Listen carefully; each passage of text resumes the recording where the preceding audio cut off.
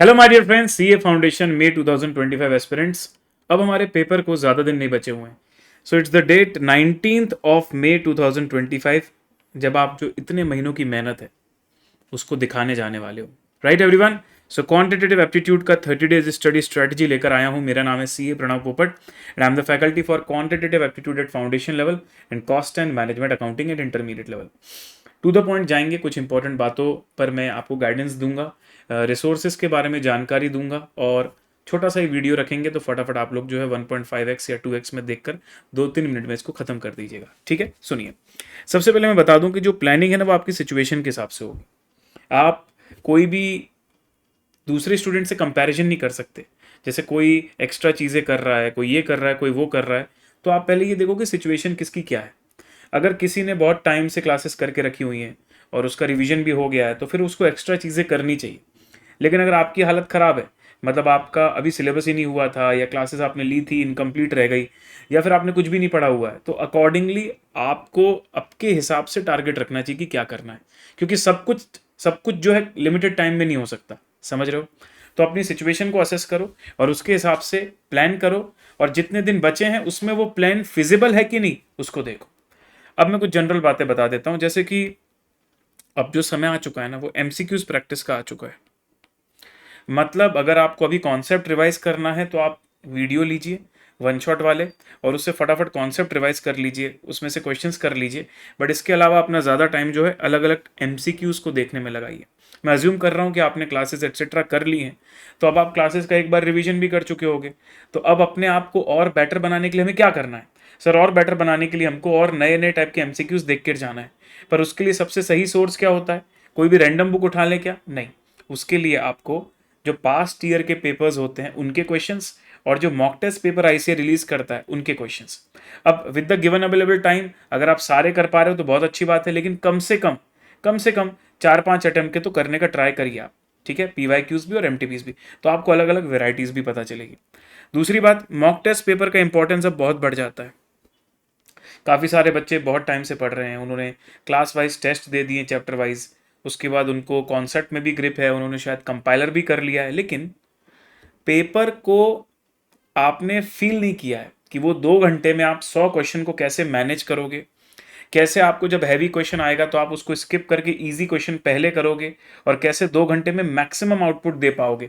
इसकी सबसे अच्छी प्रैक्टिस तभी होती है जब हम ज़्यादा से ज़्यादा मॉक टेस्ट पेपर देते हैं। तो institute of chartered accountants of India के मॉक टेस्ट पेपर 1 भी रिलीज होने वाला है अभी आने वाले एक हफ्ते में। उसके कुछ दिनों बाद मॉक टेस्ट पेपर 2 भी रिलीज होगा। मैं आपसे रिक्वेस्ट करता हूँ उनकी वीडियोस डायरेक्ट मत देखना, पहले टाइमर लगाकर 2 घंटे में सॉल्व करने की कोशिश करना, उसके बाद अपनी गलतियां चेक करने के लिए वीडियोस देखना, लेकिन मॉक टेस्ट पेपर ज़रूर देना। अगर आप ऐसी जगह पर हो जहाँ आईसीआई का चैप्टर ऑफिस है तो मैं बोलूँगा फिजिकली जाकर मॉक टेस्ट पेपर देकर आओ, तो ज़्यादा अच्छा आपको फील समझ में आएगा पेपर वाला। और अगर पॉसिबल नहीं है आपके लिए, आईसीआई चैप्टर ऑफिस आपके यहाँ नहीं है, कोई बात नहीं, आप घर पर प्रिंट करवा के लेके आओ उसको और अपने टाइम के हिसाब से टाइमर लगा के फ़ोन ऑफ करके टेस्ट दो। ये मुझे प्रॉमिस करो कि आप करोगे। बहुत इंपॉर्टेंट है भाई। सर हमारा 80% सिलेबस हुआ तो भी हम करें क्या? आप वेट मत करो परफेक्शन लाने का, टाइम नहीं है उतना। मॉक टेस्ट पेपर तो सबको देना है, जिसका 50% हुआ वो भी दे देना भाई। डोंट वेट फॉर कि मैं सब कुछ कर लूँ उसके बाद करूँगा। ठीक है। नाउ रिवीजन वीडियोस का इस समय पर रोल बढ़ जाता है क्योंकि कम टाइम में ज़्यादा रिवाइज करना है। वैसे अगर किसी ने बहुत टाइमली सिलेबस कर लिया, उसके पास रिवीजन के लिए 2-2.5 महीना है, तो मैं सजेस्ट करता हूँ सेल्फ करो। लेकिन अगर टाइम कम है तो अब अगर सेल्फ करने जाओगे तो कवरेज बहुत छोटा हो जाएगा, इसलिए रिवीजन वीडियोस का हेल्प आप डेफिनेटली ले सकते हो। मैंने भी मेरे वन शॉट रिवीजन्स बनाए हुए हैं, आप उनको देखिए। क्रिस्प में मैंने चीज़ों को कवर करने की कोशिश करी है, कॉन्सेप्ट भी और एमसीक्यूज भी। अभी मैं बूस्टर बैच ले रहा हूँ, उसके अंदर भी मैंने आपने देखा होगा कि क्रिस्प में चीज़ों को कवर करवा रहा हूँ। टेस्ट आपने देखा होगा हमारे बूस्टर बैच में मैं कैटेगरी वाइज टेस्ट ले रहा हूँ, category A test, category B test, उसके बाद फुल सिलेबस टेस्ट एक्सेट्रा। तो ये जहाँ भी आपको मौके मिले आप ज़्यादा से ज़्यादा टेस्ट दीजिए। सेम टू सेम चीज़ आप रिवाइज करते रहोगे तो रिवीजन अच्छा होगा, लेकिन एग्जाम के लिए तैयार होने के लिए हमको अपने आप को टेस्ट भी करना ज़रूरी है। और टेस्ट से डिमोटिवेट नहीं होना है, टेस्ट को चैलेंज की तरह लेना है कि हाँ भाई अगर ये टेस्ट में मेरे कम आ रहे हैं तो पेपर में भी कम आएंगे, इसलिए मुझे अभी भी मेहनत करनी है। वो आपको ना सेल्फ रियलाइजेशन देता रहेगा। डिमोटिवेट करने के लिए आपको टेस्ट नहीं देना है, आपको उससे ये मतलब फीलिंग आनी चाहिए कि नहीं मुझे अभी और मेहनत करने की ज़रूरत है। ठीक है, तो जिनका सब कुछ होगा वो भी ओवर कॉन्फिडेंट ना हो भाई, वो भी ज़्यादा से ज़्यादा टेस्ट देके अपने वीक एरियाज को देखें, और जिन चैप्टर्स में ज़्यादा उनके क्वेश्चंस गलत होते हैं उनको थोड़ा सा बेटर करने की कोशिश करें। फिर क्या होता है, सेल्फ कॉन्फिडेंस। कई बार सब कुछ करते हुए भी, बहुत कुछ आते हुए भी ना, हम लोग खुद पे भरोसा नहीं करते। हमको लगता है सीए का एग्जाम है, मुझसे नहीं हो पाएगा, इतने सारे लोग क्लियर नहीं होते, सिर्फ 25%, 20%, 15% रिजल्ट आता है, मैं कैसे निकल पाऊंगा। अगर आप ये सारी चीज़ें सोचोगे ना तो सच में आपके साथ नेगेटिव होगा।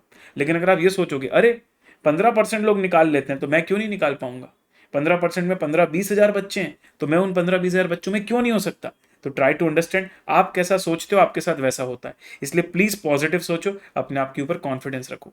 और जो बच्चे बहुत मेहनत कर रहे हैं, really appreciate guys, hats off to you. लेकिन आपको बस यही बात बोलूंगा, हेल्थ का ध्यान रखें, क्योंकि कई बार बहुत मेहनत करते हुए हम अपने शरीर को भूल जाते हैं और एग्जाम आते तक हम उस परिस्थिति में ही नहीं होते कि हम अपना परफॉर्मेंस अच्छा दे पाए पेपर में।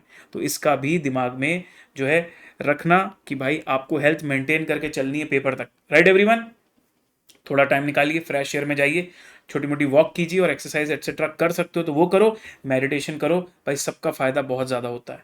अब रिसोर्सेज की मैं बात करूँ तो जैसे मेरे वन शॉट वीडियोज़ हैं, आप बस चैप्टर का नाम डालो वन शॉट प्रणव लिखो, आपको वीडियो मिल जाएगा। इन वीडियोज़ में मैंने क्या किया है, जिन्होंने कुछ भी नहीं पढ़ा ना उनके लिए भी फायदेमंद है। कई बच्चे मुझे मिलते हैं जो कहते हैं सर हमने सिर्फ वन शॉट से किया था, क्योंकि वहाँ पर ना बहुत लेंदी भी नहीं और बहुत शॉर्ट भी नहीं, टू द पॉइंट जाके और सिर्फ रेलेवेंट क्वेश्चन जो सारे एडजस्टमेंट्स को कवर करे उनको कवर करवा दिया है। अच्छा, अब कुछ बच्चे बोलते हैं कि सर हमको PYQ RTP करना है बट टाइम बहुत कम है और आपका कंपाइलर तो इतना बड़ा है, उसको कैसे कंप्लीट कर पाएंगे। तो मैंने ना यूट्यूब पर एक फोकस बैच डाला है।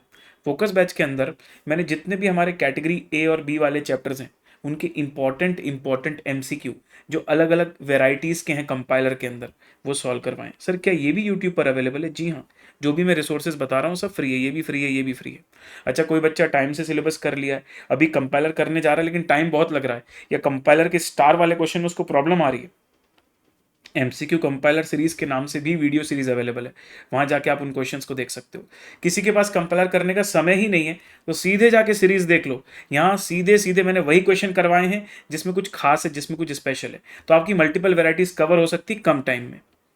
फिर आता है सर OTM। OTM क्या है? OTM का फुल फॉर्म है ओनली दिस मच।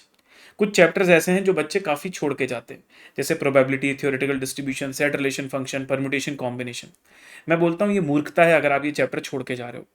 ये चैप्टर टफ है, हाँ टफ है। ये चैप्टर सर समझने में मुश्किल ही होती है, हाँ होती है। लेकिन मैं ये बोलता हूँ अगर इन चैप्टर में से ईजी क्वेश्चन आ जाता है और वो भी तुम नहीं कर पा रहे हो तो गलत है भाई।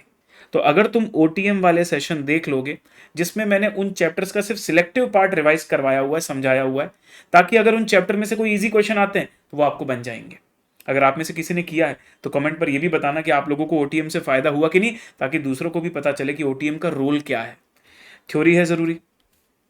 अगर कोई बच्चा बोलता है ना सर मेरी मतलब 20-25 नंबर की तैयारी हुई है, 30 नंबर की तैयारी हुई, मैं बोलूँ भाई डेडिकेटेड थ्योरी है ज़रूरी कि दोनों सेशन देख लो, क्योंकि कभी कभी थ्योरी भी 20 नंबर की आ जाती है और कुछ नहीं तो भाई 10 से 15 नंबर की थ्योरी तो आ ही रही है स्टैटिस्टिक्स में। और थ्योरी एक ऐसी चीज़ है ना जिसका सिलेबस भी लिमिटेड है, जिसको सॉल्व करने में टाइम भी नहीं जाता। तो मैंने 2 सेशन लिए 1.5 आवर्स के, जिसमें स्टैटिस्टिक्स के वो सारे चैप्टर्स की थ्योरी करवाई है जहाँ से थ्योरी के MCQ पेपर में पूछे जाते हैं, और 250 MCQ भी हमने उसके अंदर साथ मिलकर सॉल्व किए, समझे हुए हैं। और रही बात मैराथॉन्स की, तो डेफिनेटली मैं मैराथॉन्स लेने वाला हूँ। मुझे पता है लास्ट 1.5 डेज में हर बच्चा मैनेज नहीं कर पाता चीज़ों को, सबकी अपनी अपनी तैयारी होती है। बट मुझे आपसे ये प्रॉमिस चाहिए कि आप जिस भी सिचुएशन पर हो, आपकी जो भी तैयारी हुई है, आप अब ये नहीं सोचोगे कि यार मई में नहीं हो पाएगा मेरा, ये सोचना ही नहीं, पॉजिटिव ही सोचना है। दूसरा, आप ये सोचो कि आने वाले टाइम में क्या बेटर कर सकते हो। अभी जो जहां भी जिस लेवल पर भी आपकी तैयारी उसको इंप्रूव करने का आपको सोचना है, ये नहीं सोचना है कि हो पाएगा कि नहीं हो पाएगा। Don't think negative. और उसके लिए मैं सब कुछ करने को रेडी हूँ, तुम आओ सब अटेंड करो। लॉ के पेपर के दिन से रात को हम लोग 7-8 घंटे का फुल मैराथन करेंगे, बढ़िया तरीके से आपका पूरा वहां पर रिवीजन हो जाएगा 70 से 80% सिलेबस का। लेकिन बशर्ते आप ये पॉजिटिविटी रखो कि हाँ मुझे जो आता है वो तो मैं बढ़िया करके आऊंगा पेपर में। ठीक है एवरीवन? तो यस यार, जैसे इतने दिन से हमने मेहनत करी है, इतने दिन से अपने आप को कंसिस्टेंट रखा है, 30 दिन की और बात है, इस 30 दिन में भी जबरदस्त मेहनत करेंगे। Promise me everyone that you will do your best in the coming 30 days and you will be positive.